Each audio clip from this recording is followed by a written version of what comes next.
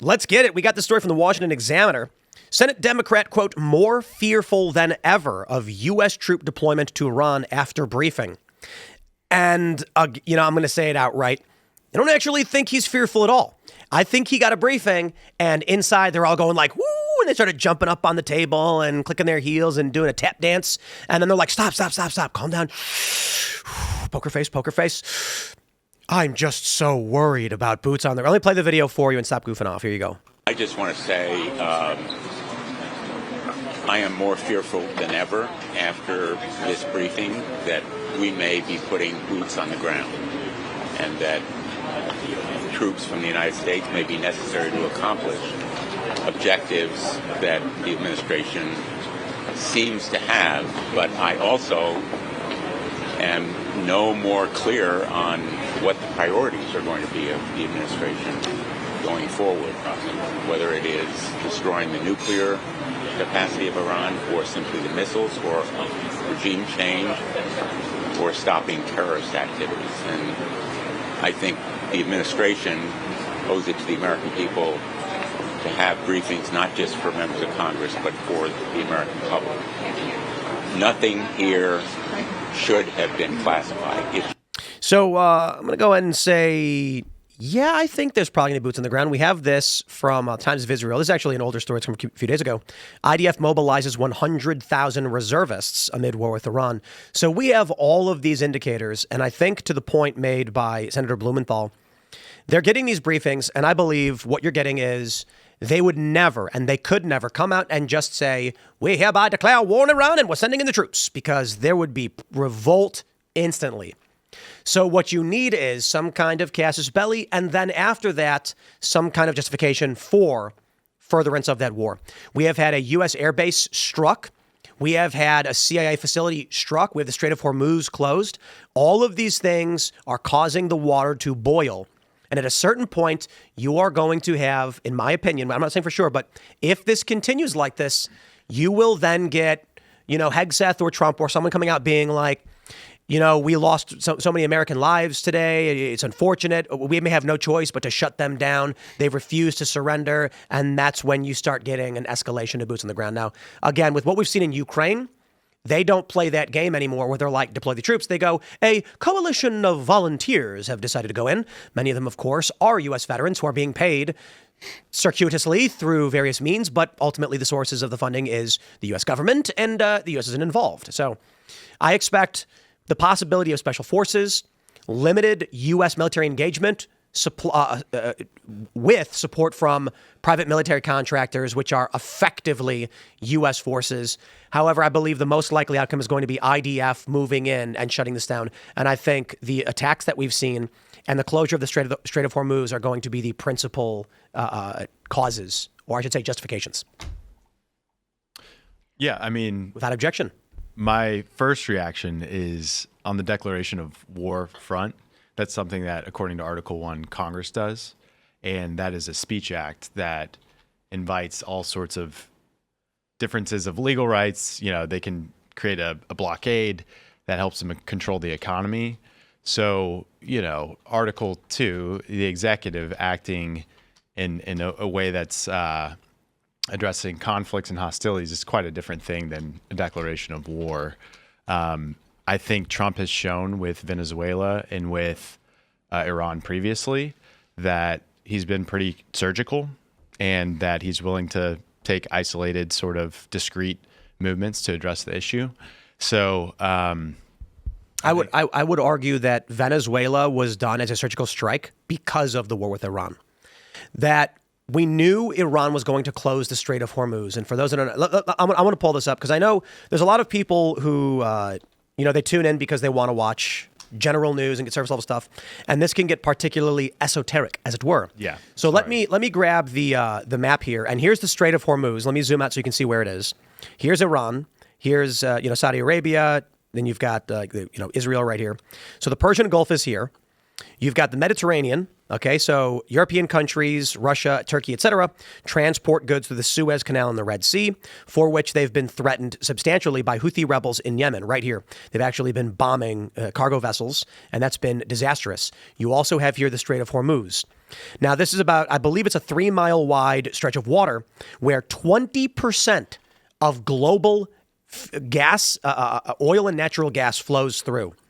And Iran has basically said, we're going to shut that down. Right. So Trump, he's probably sitting around with the boys and they're like, hey, should we go in and just bomb the Ayatollah? Yeah. And they probably said, they're immediately going to shut the Strait of Hormuz and we're going to lose 20% of global oil trade and wipe out the global economy. So Trump says, what can we do? And they're like, well, yeah, look, I mean, Venezuela does have a massive chunk of that and we could easily go in and knock out Maduro. And so I believe the move against Maduro was actually a precursor to the strikes on Iran. Yeah, I think that's exactly right, in fact. And I was thinking about that today. And then you also had Trump saying that he was going to work to open the Strait of Hormuz and have escorts of the tankers going through there. Trump has been seizing tankers in the Caribbean Sea. So that's been really interesting. But this is what we have here is another WMD oil war, right? I mean, that's what's going on. Every time. Every time. And this is something that specifically MAGA voters were thinking they were voting for Trump against, things like WMD oil wars. Trump had said we were going to get out of Afghanistan. Now Biden ended up doing that and did it wrong, and the Democrats were against it anyway.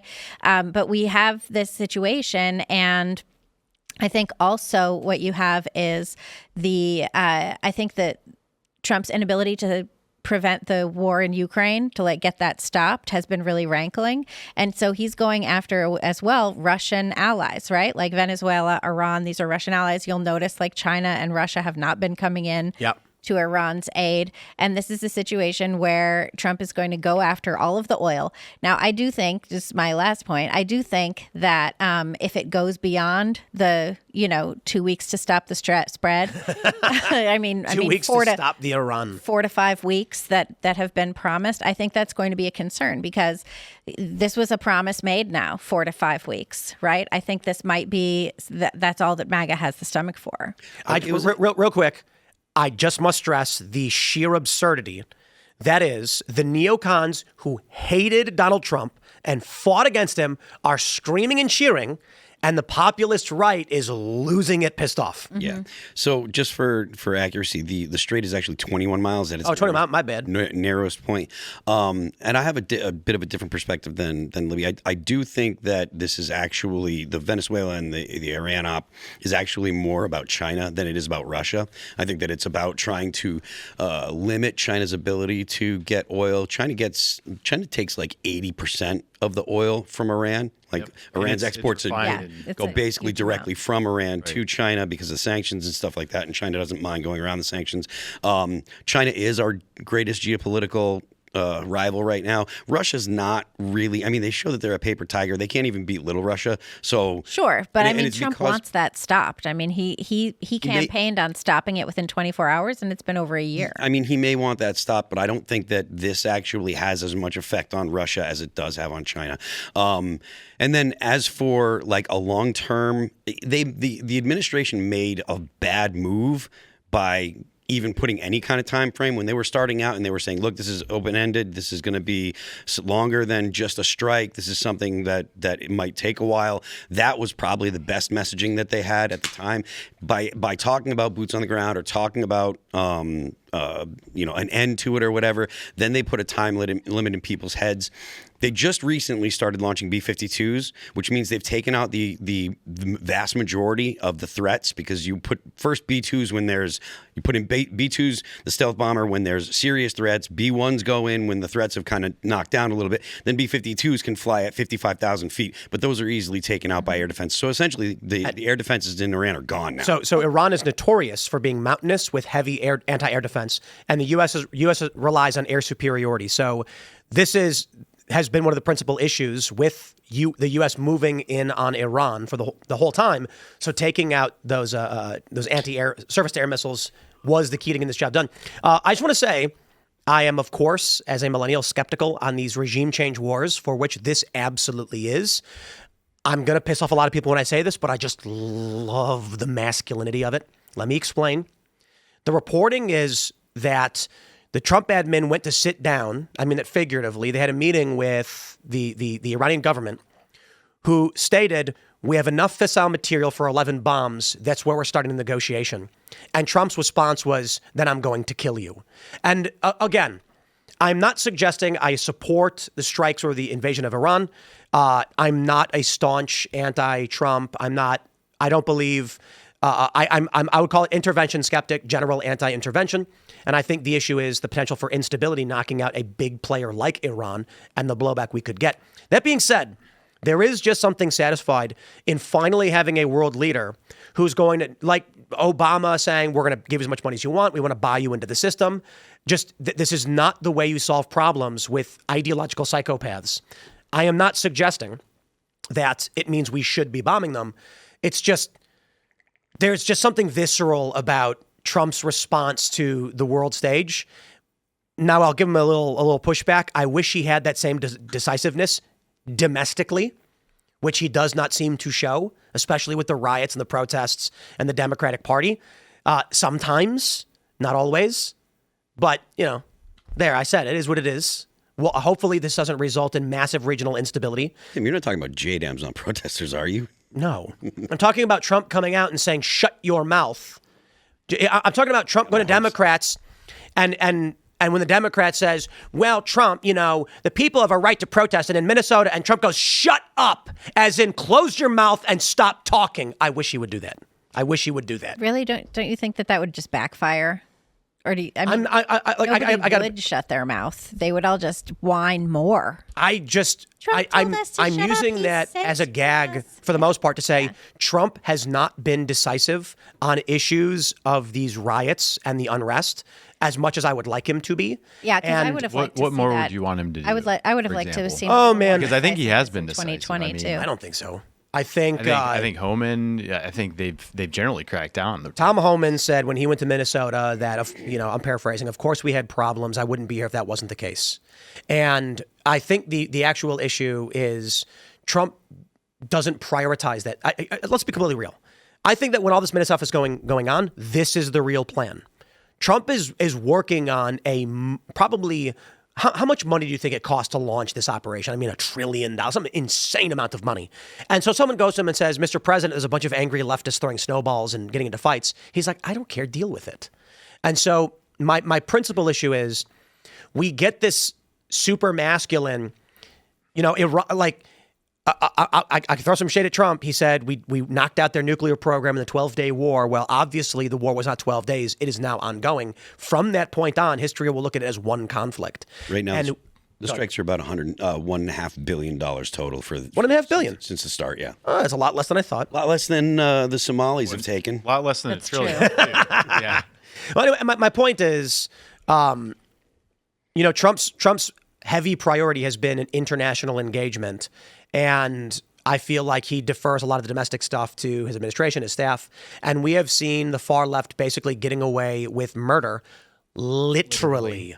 In many states. We see criminals being released. And what the American people who support Trump want is not an incursion into Iran, which is why the base is split. They want to see corrupt politicians be prosecuted, investigated, or otherwise. And they ain't getting it. They're not. And again, I'm not saying it's been all bad. I say generally net positive in a lot of areas. But again, going in on full war with Iran is, this is if you're talking about political risk, Donald Trump being like, well, we could declare the Insurrection Act. We could send in federal investigators to look into what's going on with, Tim Waltz, the guy he hired, like a lot of various issues. We could do that. It's politically tumultuous, but I will bomb Iran. It's like, wow. Bombing Iran is tenfold more. It's like more difficult to do in terms of decision making than the domestic actions we want to see to hold accountable corrupt politicians and far left extremists. Well, he's running in line with what he did during the Summer of Love, right? During COVID, he kind of left things to the states, the governors to manage their own things. And we saw that turned out. There were literally cities being taken over. So he's been consistent in that. I think when he ran in 24, and I voted for him in 16, 20, and 24. And my biggest thing was I got 5 kids. 1 is of draft age, 2 are approaching draft age. I don't want a new war. And what he ran on mostly for 24, in my opinion, it was the economy. And whether we like it or not, America is a war economy. And doing these moves, making these maneuvers, this is how we get our economy back on track. I agree. I think that if Trump pulls this off, people need to understand that U.S. hegemonic power means you live comfortably. These liberals, and I can respect the libertarians in this regard because they know the facts and they'll make the arguments and say, I don't think it's worth it. I think the end results often, I respect their arguments. But the point is, the argument I have with libertarians on intervention is after the fact. The reality is we live very comfortably because we blow people up who don't get on the petrodollar or who threaten global trade routes, which is basically the deal we have with these countries like, hey, you're going to trade oil. It's going to be clean, safe, and you don't have to worry about it because we're going to send our aircraft carriers around and police the seas. So when Iran is acting a fool, our customers are going, look, we use your currency for the oil that we're selling, but we can't even trade in this region without getting bombed. And Trump's like, okay. That's why it's so easy this is honestly why it is easier, in my opinion, for every administration to go to war, because domestically you can lose elections, you can lose power. Mm-hmm. Foreign intervention, for the most part, Americans don't care about foreign policy. Like, I know they polled people and they're mostly opposed to the strikes in Iran, but I got to be honest, if I walk down the street and ask somebody, would you care more about, the upcoming season, insert sport, or war with Iran, they'll go, who? Yeah, people with an opinion on Iran should be forced to point it out on a map first before their opinion counts. I think that's true for everything. Yeah. So anybody who comes and like, I think it's wrong that we're attacking Iran, I'd be like, and where is it? Yeah. To your point earlier and to something that you said, I think Republicans, there's a strong contingent of Republicans that are rightly skeptical of forever wars, of oil wars, of, foreign intervention. But I think Trump has demonstrated time and again in this administration that he is being surgical. He is not getting us embroiled in forever wars. He is being quite isolated and surgical in how he's treating this. And I don't know why we wouldn't trust him for this one. Thanks for checking out this clip from Timcast IRL. Make sure to watch the show live Monday through Friday at 8 p.m. Subscribe to this channel, and we will see you all there.